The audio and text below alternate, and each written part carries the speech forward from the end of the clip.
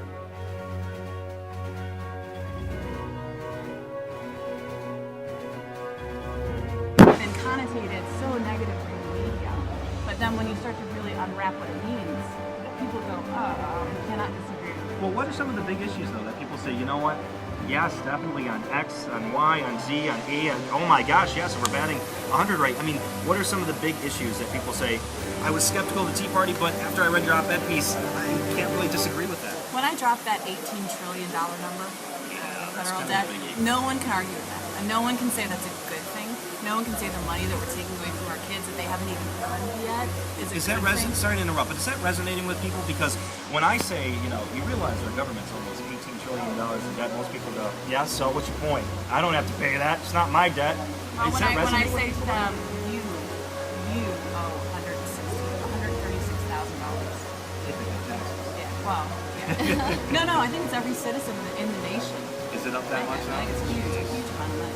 When you personalize it and say, could you write that check? They're like, no, I can write that check. I'm not Rusty Humphrey, so I can't. And one of the things, too, that really resonates with people that I talk to is Social Security. Because everyone in our generation has known from the beginning of our life, Social Security, we're not going to have it. No.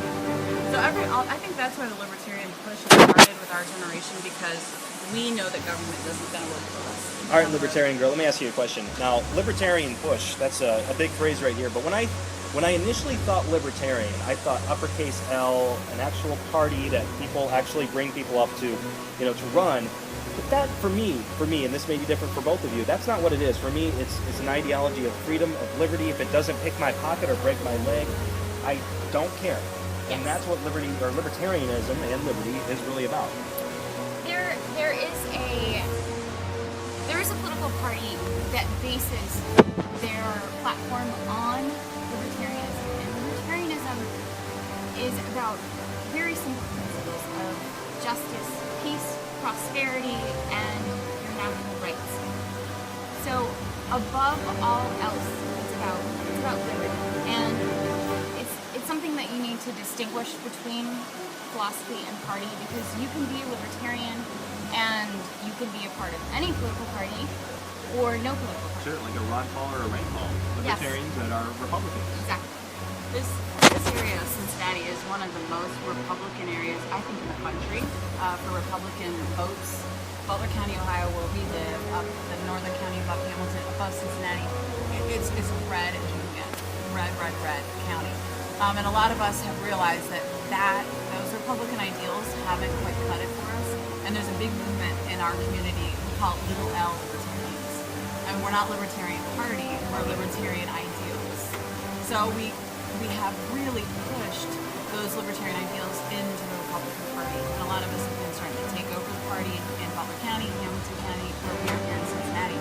And it's really starting to make a difference. It's really starting to freak out the establishment. And that would be my next question there. And you somewhat answered it, but let me ask you to expand upon it a little bit. Is the Republican Party the best vehicle to make the most amount of change? Instead of having a third party where you try to run somebody up against a John Boehner in the general election, is it best to try to primary John Boehner out, or anybody like John Boehner or Ryan or whatever you want to call him? Is the Republican Party the best vehicle to make the most amount of change for liberty? Come on, Liberty girl, what do you think? Libertarian girl, you first, go for it. So I definitely think that's true. Well, you're a registered Republican, so of course you would say that. And I am too. But the thing is you're never going to get Democrats to agree on economic issues. I agree with Democrats on a few things, on national security. We feel like we need more civil liberties. On those issues we can agree, but on economics you will never get Democrats to cut pensions. You will never get pension reforms to come from Democrats. That's something that you need Republicans for. The only way you're going to get economic reform is through Republicans. So I think that is the best route, and unfortunately what we've seen in Ohio is that the Republican Party has gone after the Libertarian Party. So That's a good story. Why don't you tell